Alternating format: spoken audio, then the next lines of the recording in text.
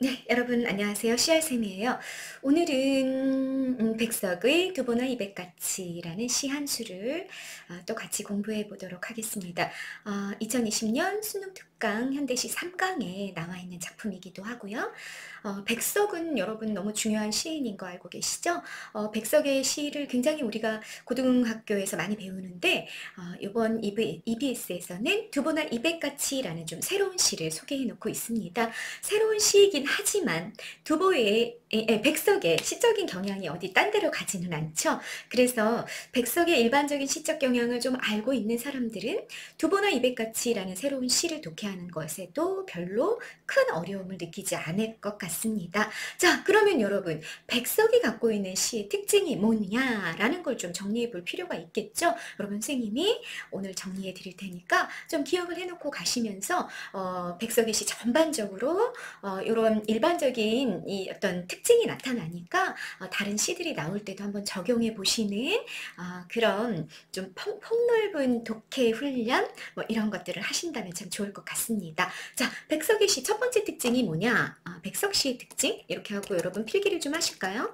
백석 시의 특징 첫 번째가 뭐냐? 그러면 이 사람은요. 평북 방언, 평안북도 방언을 굉장히 생생하게 구사했던 시인이다라고 기억을 하고 가시면 되겠습니다. 왜 중요하냐? 이 내용이 왜 중요하냐면요. 백석이 시를 많이 썼던 우리가 백석의 시를 이제 많이 그 시기를 어떤 특정 시기를 굉장히 많이 접하게 되는데 그때가 언제냐면 일제강점기예요. 일제강점기. 일제강점기에 조선어 말살 정책을 일제가 펼치고 있던 중이었던 거죠. 조선어 말살 정책을 펼치고 있는 일제에 맞서 시인이었던 백석이 그 정책에 저항할 수 있는 방법이 뭐였냐면 자신이 쓰는 시 안에 우리의 모국어를 되살려 놓는 것이었습니다. 평안북도 방언 이런 것들을 일부러 자기 시 안으로 많이 가지고 왔던 거죠. 그러니까 자기 작품이 뭐 무슨 땅에 묻혀서든 어떤 창고에 저장돼서든 비밀리에 보관만 된다면 그 시가 예를 들어 여러분 조선어 말살 정책을 펼쳐서 일제가 그래서 우리나라에 우리말이 사라졌다고 한번 가정을 해봅시다. 그리고 한 100년, 200년의 시간이 지나간다고 해봐요. 그랬는데, 조국이 독립이 된 거죠. 독립이 돼서 우리가 자주국가가 만들어지고, 그리고 100년이나 200년 뒤에 갑자기 백석이 시가 이제 발견이 되는 거예요. 그러면 100년, 200년 동안 우리에게 사라졌었던 평안북도 방언, 그게 백석의 시 안에 남아있을 거 아니에요. 그러면 그 시가 발굴이 되는 동시에 우리가 잃어버렸던 우리의 말이 뭐였는지를 찾아낼 수 있겠죠.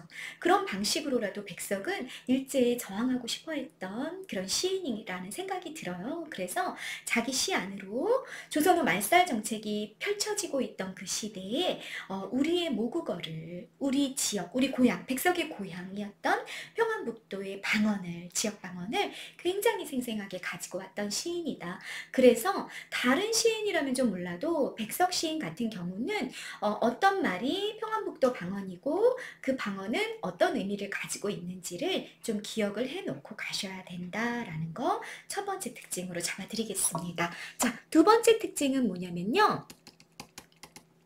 운명론적 가치관을 통해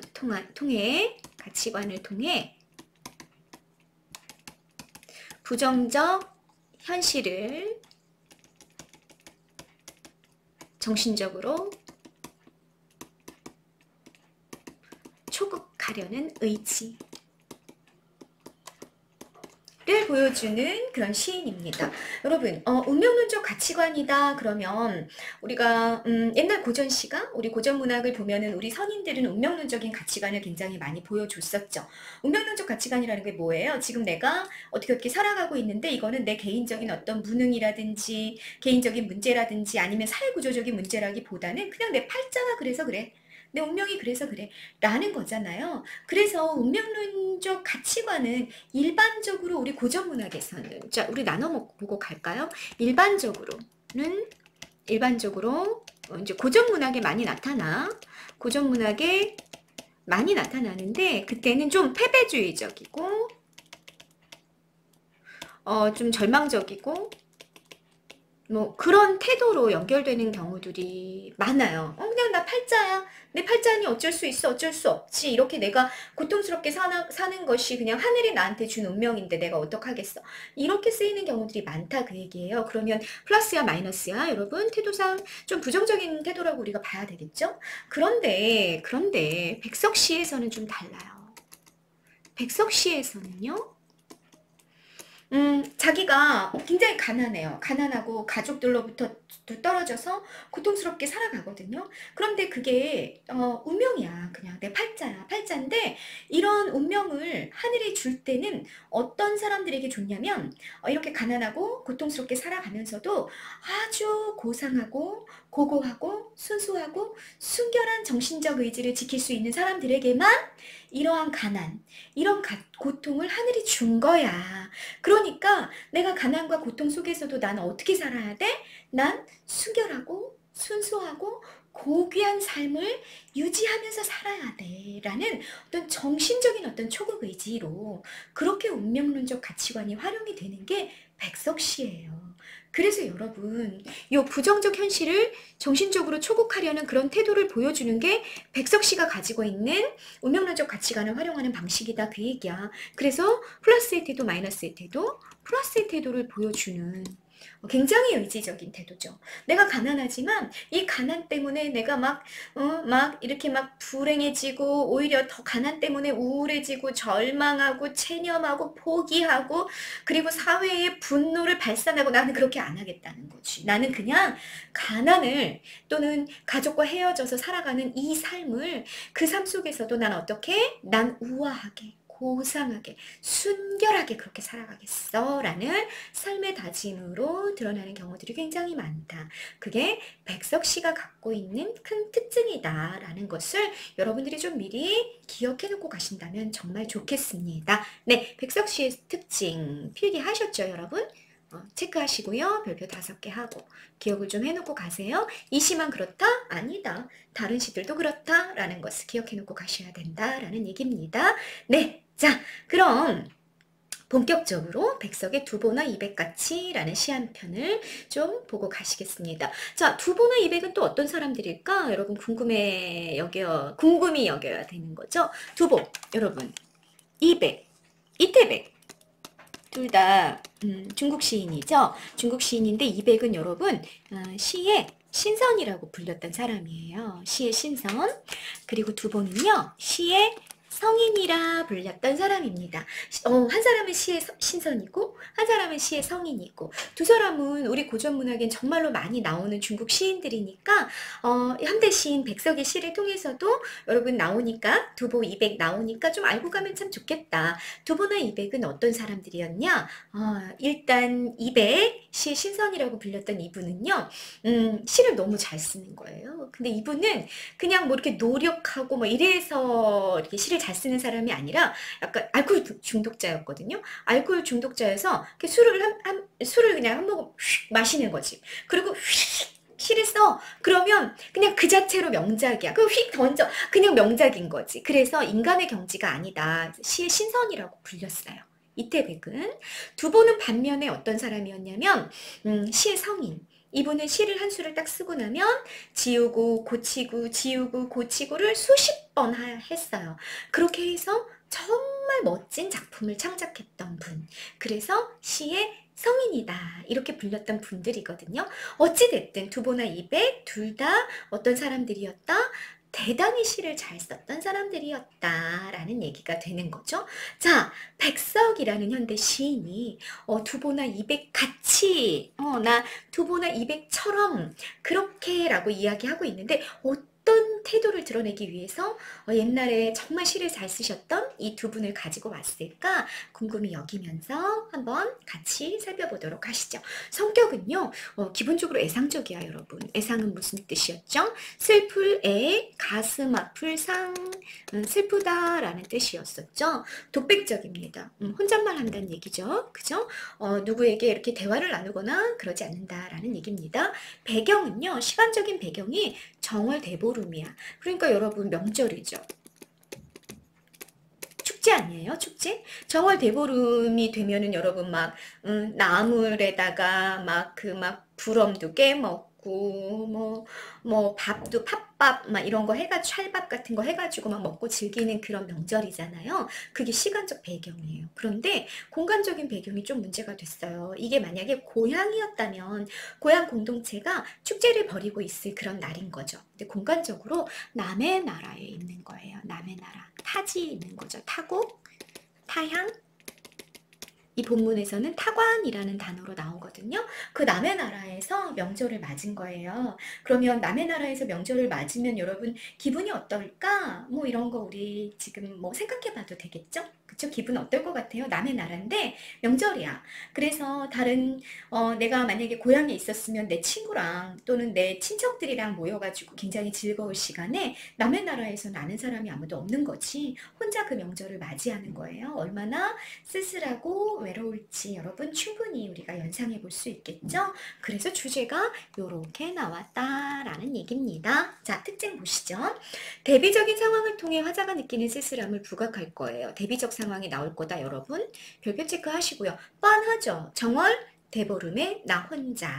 대비적 상황이 되는 거죠. 쓸쓸함이 부각이 될 겁니다. 구체적으로 어떤 표현이 나올지는 본문에서 확인하십니다. 동일한 구절이 반복될 거야. 그러면 여러분 구도 반복되고 뭐 절 반복될 텐데 정서 강화하는 역할을 하는 거 아시죠? 또 어떤 역할도 합니까?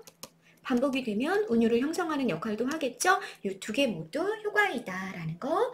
어떤 구절이 반복되는지는 본문에서 확인 들어가십니다. 세 번째, 가정하는 게 나올 거예요.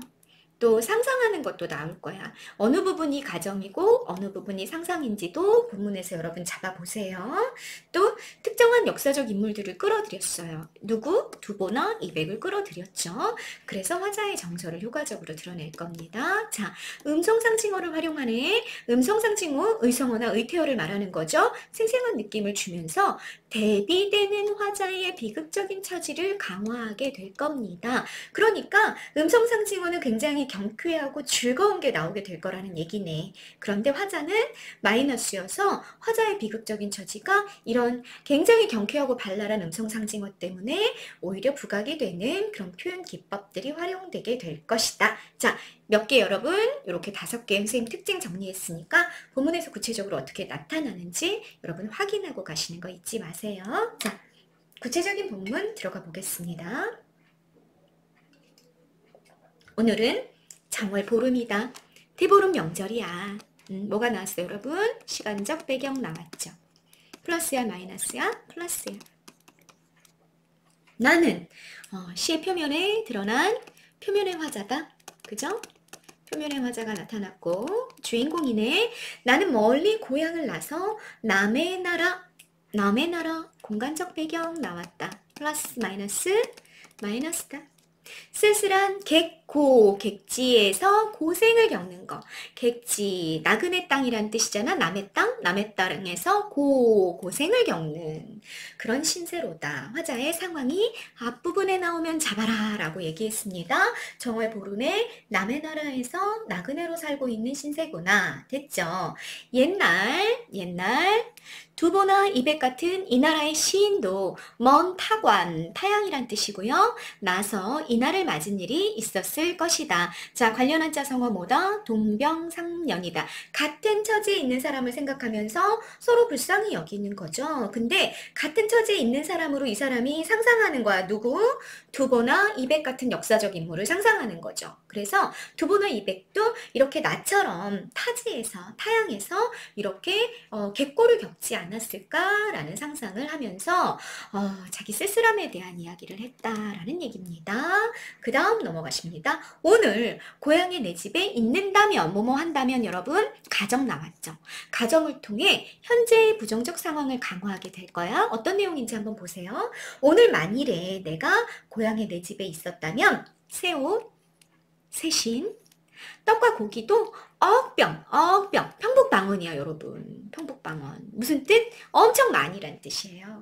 엄청 많이 먹고 일가 친척들과 서로 모여 즐거이 웃음으로 지날 것이련만 그랬어 여러분. 여기는 과거 상황인 거지. 과거에 나 어떻게 살았어? 고향에 있을 때는 정월 명절이 되면 새 옷 입고 새신 신고 떡밥 고기를 엄청 먹으면서 얘가 친척들이 모여서 막 깔깔깔깔 웃으면서 정말 즐거이 보냈단 말이야.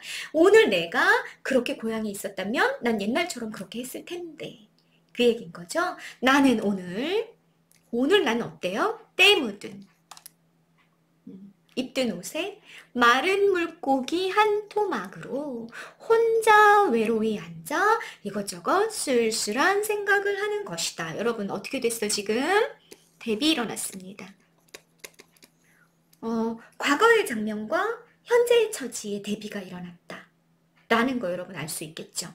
근데 그 대비를 무엇을 통해? 가정을 통해서 부각했다라는 거 확인하고 가실 수 있습니다. 여러분 그러니까 두 개의 표현 기법을 여기서는 확인할 수 있다라는 거야. 첫 번째는 뭐야? 과거의 플러스와 현재의 마이너스의 대비. 과거의 플러스, 현재 마이너스의 대비. 이렇게 얘기하셔도 되고요. 가정과 현재의 대비. 라고 봐도 되는 거죠. 어찌됐든 어떤 기법이든지 간에 공통적으로 여러분 여기서 말하고 싶은 건 현재의 비극적인 처지다.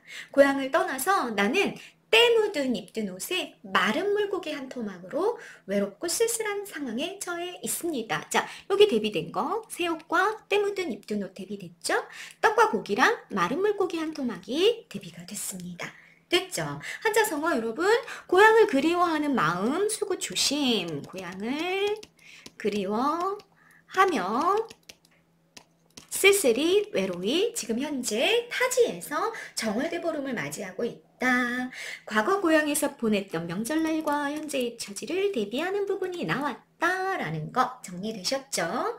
그 다음 보십시다. 옛날 그 두보나 이백 같은 이 나라의 시인도 이날 이렇게 마른 물고기 한 도막 여러분 구에 반복 나왔다. 마른 물고기 한 도막 여러분 가난을 의미하죠. 한자성어 뭐 있어요? 단사 표음 있잖아요. 그죠? 도시락 밥에 표지밥 물 해서 밥에 물 한 모금이란 한자 성어였잖아요. 그게 이제 마른 물고기 한 토막에 해당이 되겠죠. 마른 물고기 한 토막으로 외로이 쓸쓸한 생각을 한 적도 있었을 것이다. 아, 상상하는 거야. 누구? 두보나 이백을 상상하면서 두보나 이백도 나랑 동일한 처지에 아마 있었을 거야 라고 이야기하는 중인 거죠. 이런 상상 왜 한다? 뒷부분 보면 자기 위안을 삼기 위해서 그래요. 두보나 이백 같은 위대한 시인도 나랑 동일한 처지에 아마 있지 않았을까? 이런 생각을 하고 있는 이유는 두보나 이백도 그랬었으니까 그 위대한 시인들도 그랬었으니까 나도 괜찮아 하기 위해서였다라는 얘기예요. 계속해서 확인하시죠. 나는 이제 어느 먼 외진 거리에 한 고향 사람, 이 백석이랑 같은 고향이 있구나. 평북 사람이 있는 거지. 조그마한 가업집이 있는 것을 생각하고, 가문 대대로 이어져 내려왔던 그 장사, 그것이 있는 것을 생각하고 이 집에 가서 그 맛스러운 떡국, 이분 뭐 하시는다? 가업으로 뭐 하고 있는 집이다? 떡국을 만드는 집이구나. 중국에서 이 평안북도 사람인데 떡국집을 하시는구나. 그 집을 찾아가서 떡국이라도 한 그릇 사 먹으리라 한다. 떡국. 이중적 기능을 합니다. 1차적으로는 쓸쓸함을 위로하겠죠. 떡국을 먹으면서. 그렇죠. 그렇지만 반면에 얼마나 더 외롭겠어요. 외로움의 정서를 심화하는 그런 기능을 하겠죠. 떡국을 먹으면서 한편으로는 좀 위로를 받았을 거야. 그런데 혼자 먹잖아. 이 떡국을 고향에 있었다면 어땠겠어요? 공동체 가족들이 모여서 함께 먹었겠죠. 그런데 지금은 나 혼자 먹고 있으니까 외로움이 훨씬 더 부각이 됐을 거다. 두 가지의 기능을 다 한다라는 얘기예요. 됐죠? 자, 그리고 고향을 추억하려고 화자가 찾은 소재가 뭐니? 라고 물어보면 떡국이 되는 거죠. 됐죠? 자, 한 그릇이라도 내가 사 먹으리라 이런 생각을 했습니다. 그 다음 보세요. 우리네 조상들이 먼 옛날로부터 대대로 이날에는 의례히 무슨 뜻이야 여러분? 당연히 란 뜻이죠. 그러하며 오듯이 먼 타간에 난 그 두보나 이백 같은 이 나라의 시인도 이날은 그 어느 한 고향 사람의 주막이나 방관은 작은 중국 식당을 말한대요. 방관을 찾아가서 그 조상들이 대대로 하던 본대로 원소는 우리나라 떡국처럼 정월에 우리나라는 떡국을 먹잖아요. 그런데 중국에서는 정월에 이제 대보름에 먹는 전통 음식이 원소라는 떡이래요. 원소라는 떡을 입에 대며 스스로 마음을 느꾸어 긴장이나 흥분을 푸는 거죠. 역시 평북 방언입니다. 스스로 마음의 긴장을 풀고 스트레스를 풀고 위로를 받고 위안하지 않았을 것인가. 역시 이 부분도 여러분 상상하는 거죠.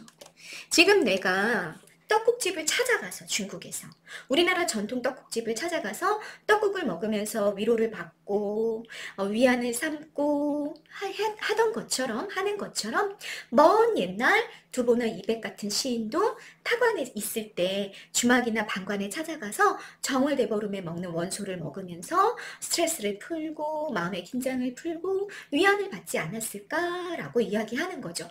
이렇게 보다 보니까 떡국과 원소의 기능이 하나가 추가가 됐어요, 여러분. 어떤 기능이 추가가 됐어요? 떡국과 원소는 시공간적 간극을 메우며 동질감을 회복하는 소재가 된 거죠. 누구랑 누구?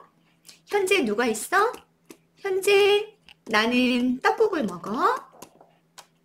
그리고 과거 두보나 이백은 뭘 먹어? 중국의 전통 음식인 원소를 먹어. 얘네들은 모두 다 뭐야? 위안의 기능을 하고 전통 음식인 거지. 각국의 전통 음식이다 보니까 여러분 시간과 공간 여러분 과거 옛날 수백 년 전 인물이란 말이야. 두보나 이백은 수백 년 전의 인물들과 나를 이렇게 정서적으로 동질감을 느끼게 만들어주는 위로받고 위안받게 만들어주는 전통 전통 음식들이라는 점에서 굉장히 그 옛날 수백 년 전의 두보나 이백과 나를 동질적이게 만들어주는 간극을 메우는 그런 기능을 하게 됐다라는 얘기입니다. 별표하고 가셔야 되겠죠? 떡국과 원소의 기능 정리 제대로 해놓고 가십니다. 됐죠?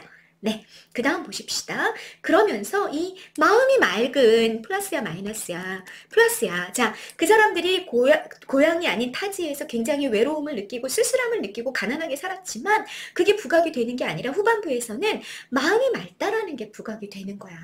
옛 시인들은 먼 훗날 그들의 먼 후자손들도 그들의 본을 따서 이날에는 원소를 먹을 것을 외로이 타관에 있었어도 이 전통성 한 민족이라는 그 의식을 가지고 이 원소를 먹을 것을 생각하며 그들이 아득하니 슬펐을 듯이 나도 공통점이네. 동질감이네. 그죠? 떡국을 놓고 아득하니 슬플 것이로다. 두보나 이백 같은 시인의 처지를 떠올리며 외로운 처지를 위로하고 있는 거야. 나도 슬프고 두보나 이백도 슬퍼. 그런데 이들이 마음이 맑은 그런 시인들이었어. 그러니 이들과 같은 나도 또한 점점점 이렇게 되는 거지. 그래서 자기 위안을 얻고 있다라는 얘기입니다. 됐죠? 자, 감탄사 나왔으니까 무슨 어조? 영탄 적어조다. 이 정월 대보름 명절인데 거리에는 오도독이 여러분 불꽃놀이에 쓰는 딱총이야, 딱총. 오도독이 탕탕 터지고 호궁 중국의 현악기래요. 소리 삘삘 높아서 탕탕 삘삘 여러분 모두 음성 상징어다. 경쾌한 명절의 분위기를 부각하고 있죠. 플러스 마이너스 플러스 생생하고 그리고 여러분 탕탕 삘삘 뭐야 소리네 청각이미지 의성하다. 감각적이고 구체적이다. 아주 경쾌하고 즐거운 명절의 분위기를 부각하는 음성 상징어입니다. 삘삘 높아서 내 쓸쓸한 마음이랑 대비 일어났다. 그죠? 쓸쓸한 마음엔 자꾸 이 나라의 옛 시인들이 그들의 쓸쓸한 마음들이 생각난다. 내 쓸쓸한 마음은 아마 두보나 이백 같은 사람들의 마음인지도 모를 것이다. 아무려나 이것은 예투의 쓸쓸한 마음이다. 이러면서 끝났어요. 그러니까 이분이 자꾸 자기를 누구랑 동일시하고 있다? 옛 시인들의 마음과 자신의 쓸쓸함을 동일시하고 있다. 이 안에는 어떤 정서가 내포되어 있다? 내포되어 있는 숨어있는 정서는 뭐다? 내 마음 또한 어떻다? 내 마음 또한 두보나 이백같이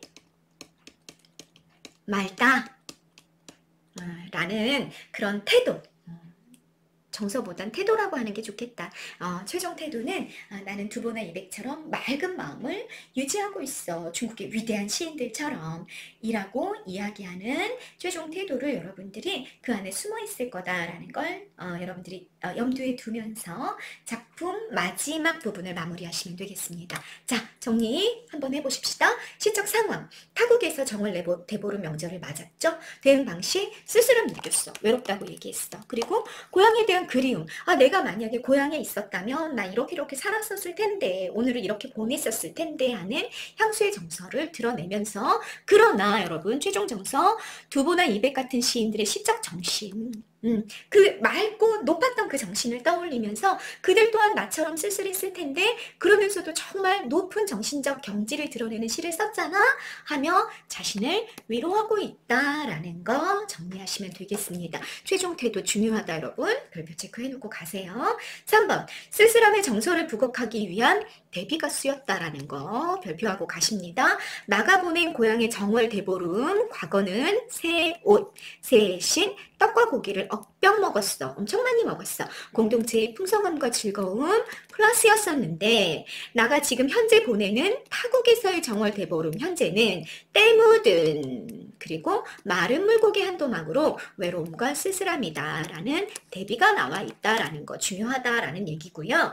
자, 또 4번도 중요합니다. 최종 태도를 효과적으로 부각하는 비교도 쓰였습니다. 비교는 여러분 뭐가 중요한 거야?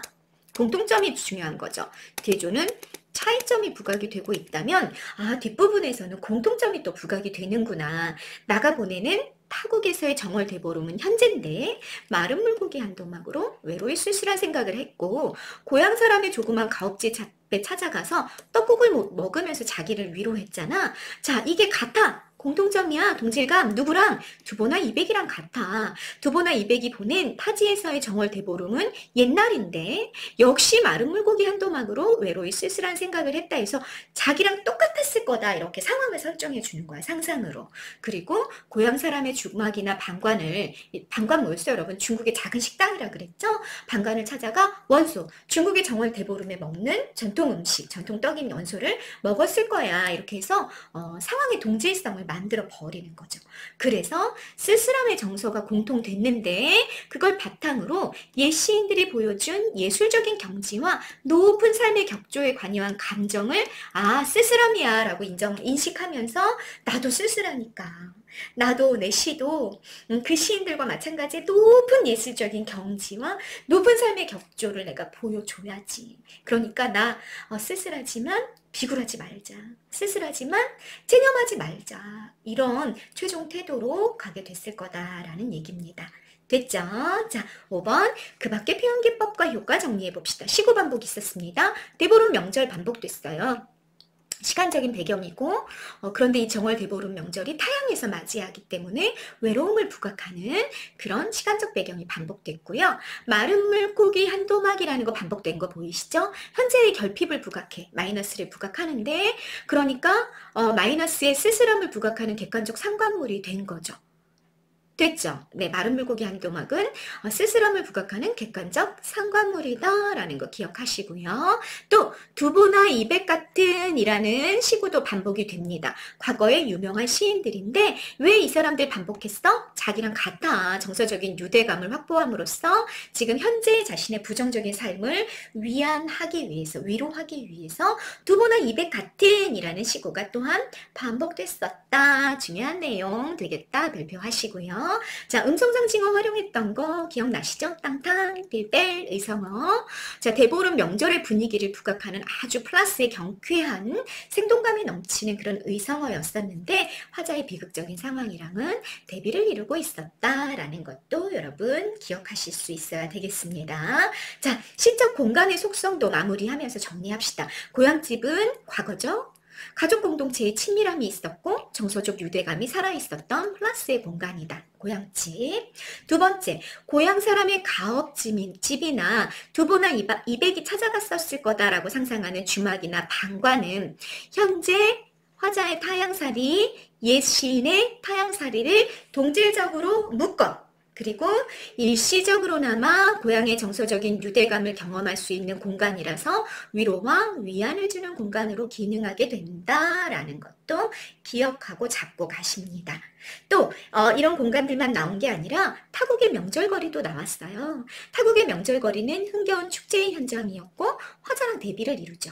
그래서 소외감과 쓸쓸함을 부각하는 공간으로 설정이 되었다. 자, 시적 공간도 이런 세 개의 공간들이 있으니까 여러분 잘 정리해 놓고 가셔라 라는 얘기입니다. 자, 요 6가지의 내용은 이 두보나 이백 같은 이라는 시에서 굉장히 핵심되는 내용들이니까 반드시 자기 정리를 통해서 어떤 식으로 변형된 문제가 출제되더라도 여러분 이 기본적인 내용을 딱 잡고 문제를 제대로 풀어내시면 좋겠다라는 생각이 듭니다. 자, 주관식 테스트 치러야 되는 거 여러분 기억하고 가십니다. 자기 정리 잘 하고 가시길 바라겠습니다. 네, 두보나 이백 같은 이라는 백석의 시였습니다.